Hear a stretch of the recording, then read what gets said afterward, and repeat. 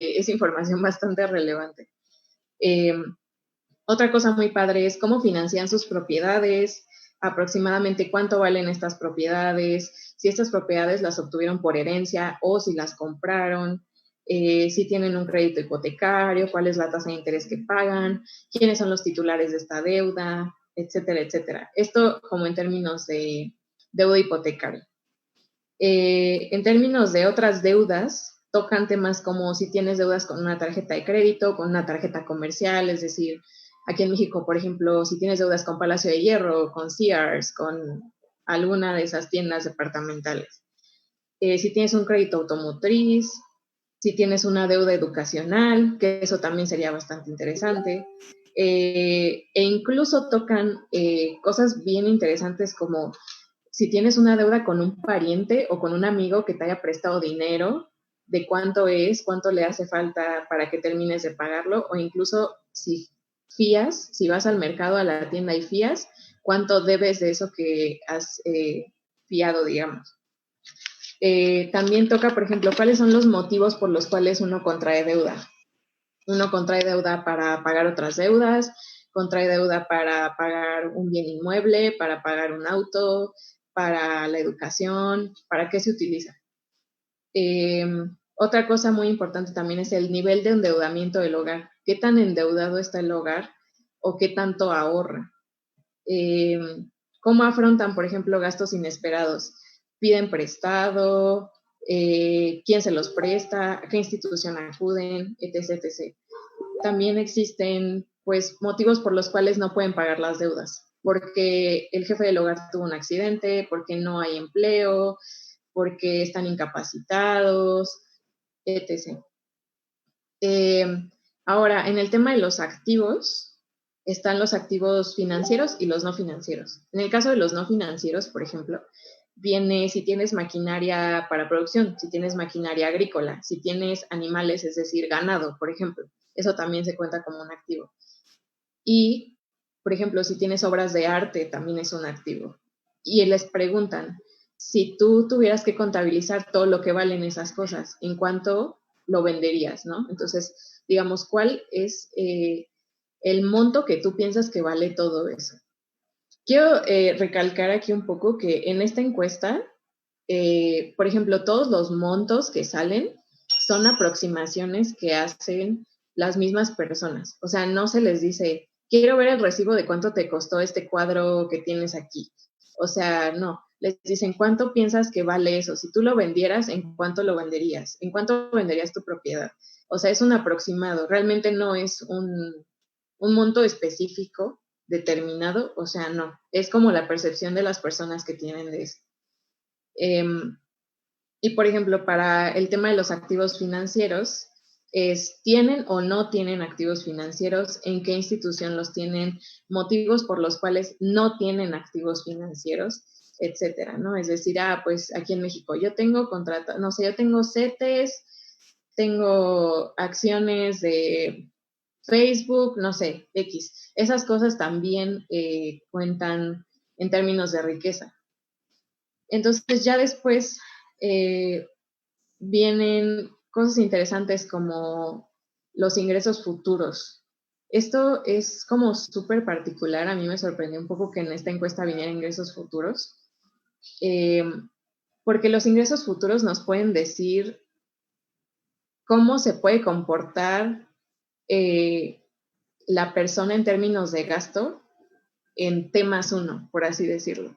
Es decir, si ellos están esperando que dentro de 6 meses van a seguir en el mismo empleo, recibiendo el mismo sueldo, entonces podemos asumir que su consumo dentro de 6 meses va a ser bastante similar al que está haciendo dentro de la encuesta. ¿O qué pasa si dicen, no, yo creo que va a ser menor porque ya me voy a jubilar? O va a ser mayor porque ya casi me cambio de empleo, etcétera, etcétera. Entonces, económicamente hablando, también es un tema súper interesante que toquen los ingresos futuros. Tocan también temas de ahorro, lo cual aquí también viene bastante bien desglosado. Por ejemplo, tienen ahorro por medio de tandas. O sea, si tú estás en una tanda, ¿cuánto vas a ahorrar del dinero que le estás metiendo a la tanda? O sea, incluso eso, ¿no? vienen, por ejemplo, comprar cosas para después venderlas, ¿no? Digamos, hay como esta gente que dice, no, pues hubo una oferta de X cosa y voy a comprar un montón y después las voy a vender. Entonces, ese también lo toman como ahorro, por ejemplo. O incluso invertir en el negocio familiar, en la tiendita, en, yo qué sé, en la producción de carne, de queso, etc., etc. Eso también se cuenta como ahorro. ¿Y cuáles son los motivos de estos hogares para ahorrar? ¿Para qué van a utilizar ese ahorro? ¿Para qué esperan utilizarlo? Y otro punto muy importante, bueno, yo digo que todos son importantes, ya sé, pero es que de verdad está súper interesante. Otra cosa, por ejemplo, es el conocimiento de los miembros de su fondo de ahorro para el retiro. Eso. Es decir, Ujú. conocen que tienen un fondo de ahorro para el retiro o no, saben en qué institución lo tienen o no, conocen el monto que llevan hasta ahorita o no lo conocen, tienen idea del rendimiento o no lo tienen, etcétera. Eso también está muy, muy interesante. Y también ya finalmente como los tipos de seguros que tienen, seguro de vida, seguro de auto, seguro de vivienda, etc. etc. Entonces, quiero recalcar el tipo de preguntas que hay en esta encuesta. En esta encuesta, la mayoría de las preguntas son como de, ¿tienes o no tienes esto? Entonces dice sí o no sé si lo tengo. Y en casi todas las preguntas existe la opción de no responde o no sabe. Entonces, digamos, no es como una encuesta de que aquí se le obliga a todo el mundo a contestar y de que me tienes que decir el monto y sácame los tickets y todo. O sea, no, es como, ya les digo, la percepción que tiene la gente de lo que valen sus cosas, preguntas de sí y no, y siempre tienes la opción de no responder, y si no sabes, no tienes que inventar algo, simplemente dices que no lo sabes.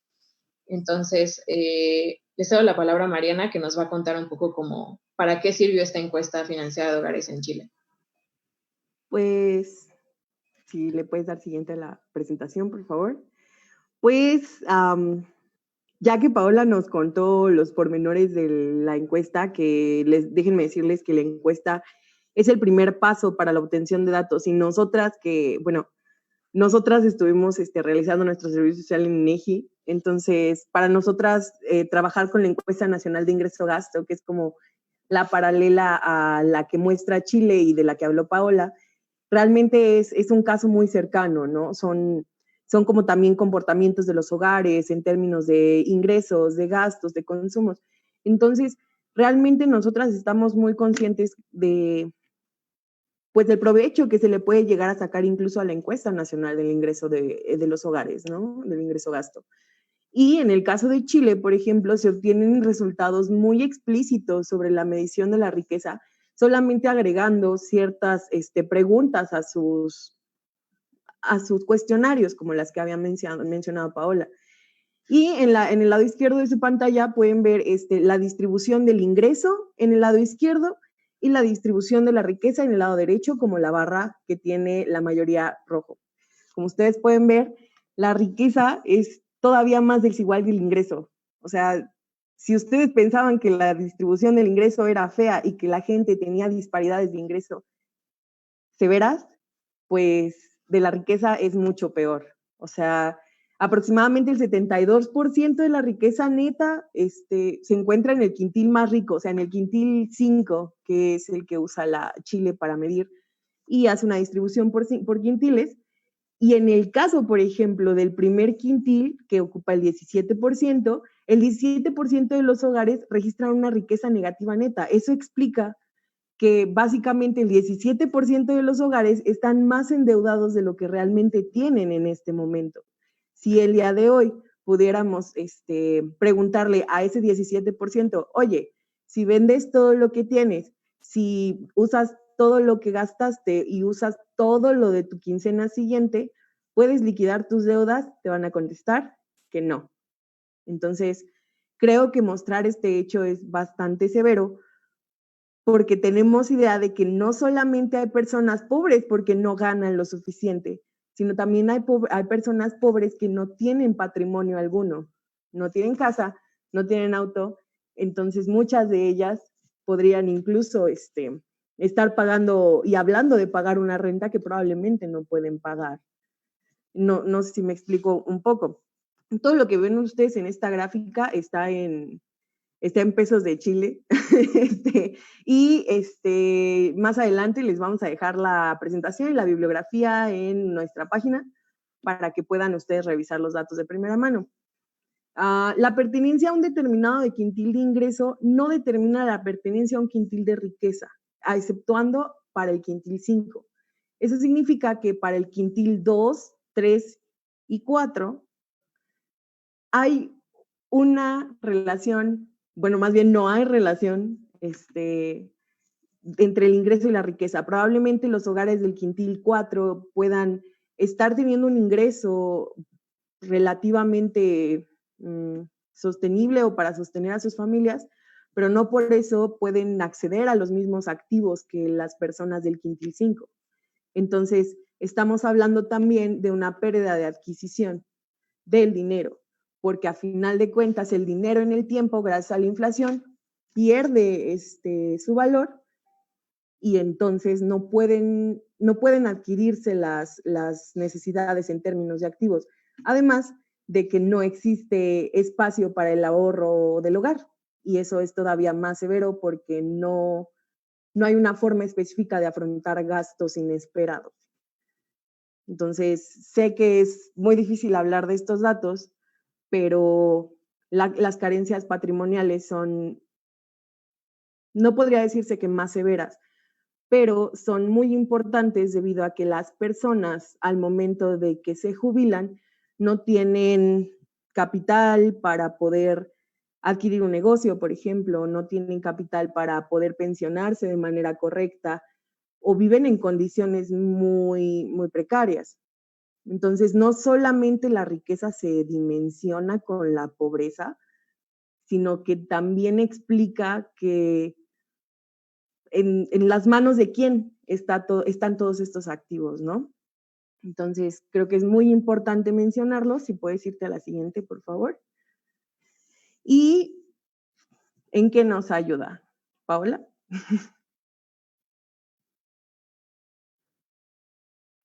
Estaba silenciada, perdón, yo aquí hablando sola. Ya después de haberles así hecho todo un trip de los datos y INEGI entrando a las casas a robar y tal, llegamos al meollo del asunto, o sea, porque es importante entonces medirlo, ¿no? ¿De qué nos sirve? Yo creo que tan siquiera con la encuesta, estoy tomando como referencia el caso de Chile, porque digamos es como un prototipo de una encuesta que sabemos que se podría utilizar para la medición de la riqueza. Pues en términos muy generales, pues sirve para mejorar las políticas públicas. Eso es en términos muy, muy, muy generales. ¿Y a qué me refiero con esto? Como ya mencionó Mariana, hay una disparidad, vaya, esto va a sonar irónico, hay una gran disparidad entre las desigualdades del ingreso y las desigualdades de la riqueza. Son abismales. Yo creo que si hiciéramos algo similar en México, estaría bastante parecido. Las diferencias entre la riqueza y el ingreso en las desigualdades serían muy, muy grandes. De por sí, aunque medimos el ingreso y el gasto con la ENIG y se toma de referencia para muchísimas cosas y muchos estudios, tenemos que entender que también las encuestas tienen un sesgo de información importante. Digamos, lo que nos dicen las encuestas es la mayor aproximación que podemos tener a la realidad económica de los hogares. Sin embargo, todavía existe una gran cantidad de información que no conocemos. Y dentro de esa gran cantidad de información está la riqueza. Como ya habíamos dicho, no es lo mismo que el ingreso, por lo tanto, sabemos que esta información sobre la riqueza es nula en México, no la tenemos. Entonces, creo que podría ayudar a mejorar programas sociales que ya existen, por ejemplo, pero sobre todo, y yo sé que no les encanta que hablemos de esto, pero en temas de tributación es algo súper importante. Yo sé que aquí a nadie le gusta que el SAT les quite su dinero y todos se quejan y que porque tienen que pagar y que me quedo pobre y que hay los memes y tal, ¿no? Pero sí es importante. Ya lo había tocado yo en en el artículo que escribí. Creo que no vale la pena volver a decir lo mismo que ya dije. Pero básicamente lo que les digo es que, como saben, nosotros vivimos a expensas del gobierno, pero el gobierno vive a expensas de nosotros. Es un círculo, no puede haber un componente sin el otro. Entonces creo que, sobre todo dada la situación económica en la que siempre estamos metidos en México, en donde no hay dinero, sería una fuente de información muy importante para saber cómo mejorar la recaudación. Y mejorar no me refiero nada más como de, ay, pues solo nos van a aumentar impuestos y ya van a seguir robándonos nuestro dinero y tal. No, sirve también para una mejor distribución del ingreso. Sirve para saber cómo podemos captar más recursos, pero también para saber cómo podemos distribuirlos mejor. Entonces, hasta ahí me voy a quedar. Mariana, por favor, si gustas continuar. Y sobre la línea de la tributación. Sí, yo siempre hablo sobre eso. Si alguno de los aquí presentes ha leído las notas que de mi autoría, se van a dar cuenta de que yo siempre toco al Estado, siempre toco la política fiscal y siempre toco la recaudación. Pero porque de verdad creo que en ese círculo existe como un verdadero motor para la mejora de, pues, de la economía, o tal vez no de la economía, pero sí de la situación actual que existe dentro de los hogares mexicanos. Paula mencionaba algo súper importante. ¿El Estado vive a expensas de nosotros? Sí, totalmente. Pero ¿quién es de nosotros? Precisamente un estudio para la concentración de la riqueza nos apoyaría totalmente en saber cómo se puede formular la política fiscal de manera correcta para que sea todavía más progresiva, o mejor aún dicho, para que los ricos paguen más impuestos que la gente que está pagando impuestos, por ejemplo, al consumo, que es el IVA y el IEPS, que son esos dos impuestos, los más grandes impuestos de recaudación, que a final de cuentas son los que permiten que nuestra política fiscal sea regresiva. Entonces, tenemos un mundo de impuestos allá afuera, perdón que lo diga y no le van a decir a nadie, pero mal aplicados, o sea, una política fiscal hecha con papelito y con muchos intereses extrapolares. Entonces, es muy complicado hablar de pobreza cuando tenemos concentraciones, y tomando el ejemplo de Chile, tenemos concentraciones de riqueza aún más severos, ¿no? Cuando sabemos que tenemos a una persona en el país que es una de las personas más ricas del mundo, y también tenemos municipios donde no se gana ni siquiera 2,000 pesos a la quincena, ¿no? Entonces, realmente el estudiar la riqueza nos pondría en perspectiva sobre la verdadera realidad que existe y los dos Méxicos de los que hablan muchos autores. Paola. Sí, realmente creo que de por sí la realidad económica en México es súper dura y triste y desigual. Y no necesitamos, yo sé que no necesitamos de estadísticas para que la veamos, porque ahí está. Y cualquiera ha visto a un indigente y cualquiera ha conocido a alguien que vive al día y que no sabe si va a comer mañana. El problema con por qué es importante medirla como tal es porque uno tiene que, bueno, poniéndome en mi posición de economista, pues uno tiene que justificar las cosas que dice y las cosas que quiere hacer. Si uno quiere hacer política económica, política social, política monetaria, política fiscal, no puede como que llegar y decir, yo sé que a veces parece, pero de verdad que hay un proceso legislativo bastante fuerte detrás de todas las políticas que se hacen y sobre el presupuesto, sobre todo sobre el presupuesto. Entonces, digamos, uno cuando quiere hacer una política necesita justificar primero que el problema existe. Y no puedes agarrar y decir, pues existe porque yo salgo de mi casa todos los días y veo gente que en el semáforo limpia los vidrios y ya con eso sé que hay pobreza o que hay desigualdad. Uno necesita tener datos duros, necesita poder argumentar las cosas que está pidiendo y además sirve muchísimo para, uno, dar seguimiento a esas políticas, dos, evaluar si están funcionando o no, y tres, proponerse objetivos. ¿Cuáles son los objetivos de esas políticas? ¿Los podemos alcanzar y cómo? Entonces, Mariana, ¿me quieres complementar? Claro, yo también estaba silenciada. Sí, precisamente dentro del esquema que está desarrollando Paola, nosotros como economistas no podemos llegar y decir, yo, Mariana, voy a decidir que hoy los pobres de tal a tal quintil o decil van a recibir tanto ingreso diario. No, eso no se puede hacer y sería una medida, pues, un poco complicada de justificar ante la prensa y ante el país en general.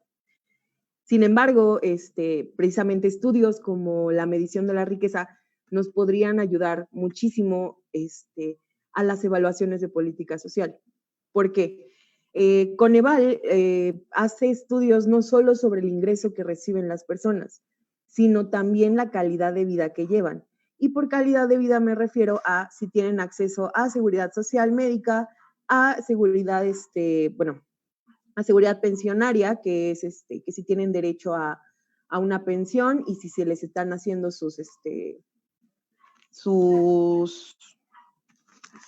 aportaciones de patronales.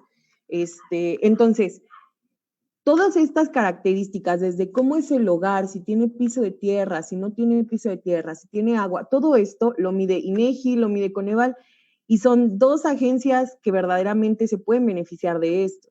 Y sobre todo en términos de la evaluación de la política social. La política social en México tiene una característica súper interesante, y esta es que esta no promueve la movilidad social.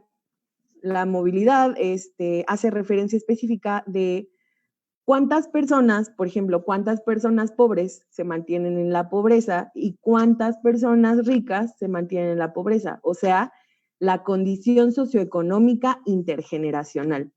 Estos estudios, ustedes pueden irse al Centro de Estudios Enrique Iglesias, Iglesias con Y, Iglesias con Y.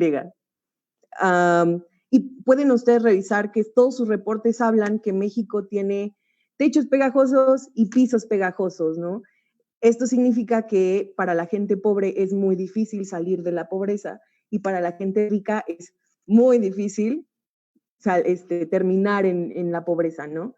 Específicamente, 10 de cada persona, una de cada 10 personas ricas, perdón, puede, y eso puede, es una posibilidad, terminar en una situación relativamente precaria, porque sabemos que nunca terminan en la pobreza, por ejemplo, extrema.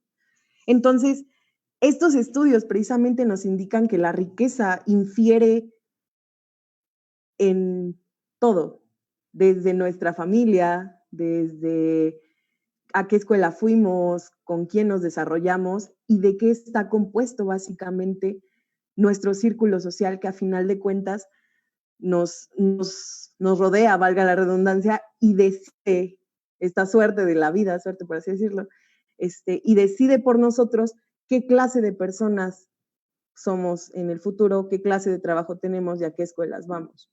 Entonces, hay que tomar en cuenta también la postura del privilegio, ¿no? Si dos niños nacen el mismo día, van a tener condiciones diferentes y se van a desarrollar diferente. A esto infiere la riqueza directamente. Paola. Sí, bueno, creo que nos intensiamos ya un poco al final, ustedes disculpen, pero nos gusta mucho la política social. Pues creo que con esto básicamente cerramos el tema. Nos gustaría que nos pusieran comentarios o preguntas si es que las tienen si gustan que ahondemos más en algo en específico, incluso si les gustaría que hiciéramos otra mesa informativa, pero referente a la pobreza o a la evaluación de algún programa social, también estaría súper interesante si a ustedes les gustaría. Entonces, ¿alguien tiene alguna pregunta, algún comentario? Lo Igual, puede escribir en el chat. si les interesa como mucho tener todas las fuentes donde retomamos, pues literalmente donde estamos hablando, tenemos un archivo de Drive y les podemos pasar también esta pequeña presentación que hicimos. Tratamos de hacerlo lo más didáctico que pudimos, que comprendimos, y de verdad, pues muchas gracias por vernos, por escucharnos y por leernos siempre. Son lo mejor. Y pues vengan sus preguntas, que esto todavía no se acaba.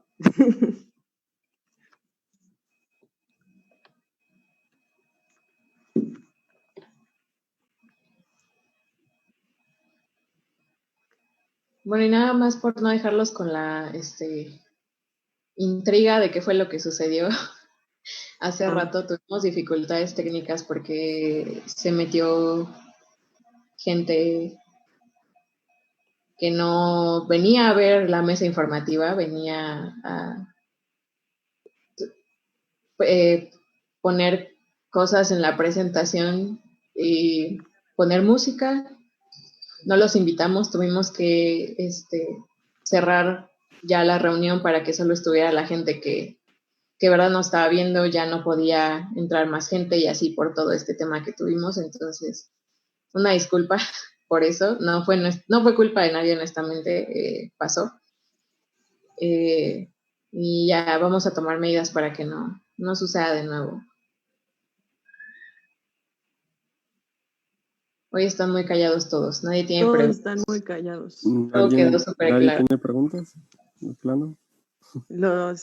O también, pues pueden mandarnos todas sus preguntas también, ya sea por inbox a Debatiendo Economía, a las redes sociales, al correo en Wix. Recuerden que también pueden publicar ustedes, chicos, nada más hay que revisar las bases en la página debatiendoeconomía.org. Yo me he encontrado con chicos que tienen mucho que hablar, tienen muchísimo que decir, y sobre todo tenemos que recordar que este es un medio precisamente que acepta pues toda clase de conocimiento, ¿no? Específicamente aquel conocimiento que desee ser compartido. Es por eso que estamos aquí frente a ustedes todos los domingos. Queremos que se acerquen a nosotros, queremos compartir ese conocimiento, y sobre todo hacerlo sencillo, digerible, para que todos podamos aprender. Ok, bueno, si es todo. Así concluimos este espacio. Muchas gracias a todos por su participación. Esperamos contar con ustedes el siguiente domingo. Les recordamos visitar nuestra página donde encontrarán artículos de opinión escritos por cada uno de los miembros de Debatiendo Economía. Estamos en redes sociales como Debatiendo Economía en Facebook, @debatiendo_economía en Instagram y @debatiendoe en Twitter. Esperamos sus comentarios. Buenas noches y hasta pronto. Muchas gracias, amigos. Adiós.